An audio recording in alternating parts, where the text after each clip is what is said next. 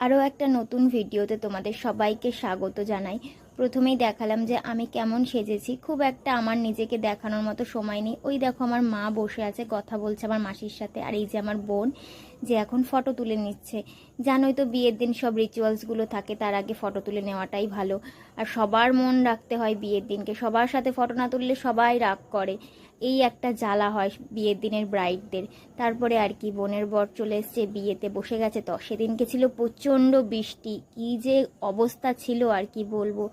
বিয়েটা মানে কোনো রকমে করাটাই মানে তখন প্রায়োরিটি ছিল, এত বৃষ্টি হচ্ছিল। সবাই বলে জন্মের দিন বৃষ্টি হলে নাকি বিয়েতেও বৃষ্টি হয়, এটা কীরকম কথা। দেখো বোন, আমার আরেকটা বোন আমার বোনকে নিয়ে যাচ্ছে বিয়েতে পিঁড়িতে বসানোর জন্য।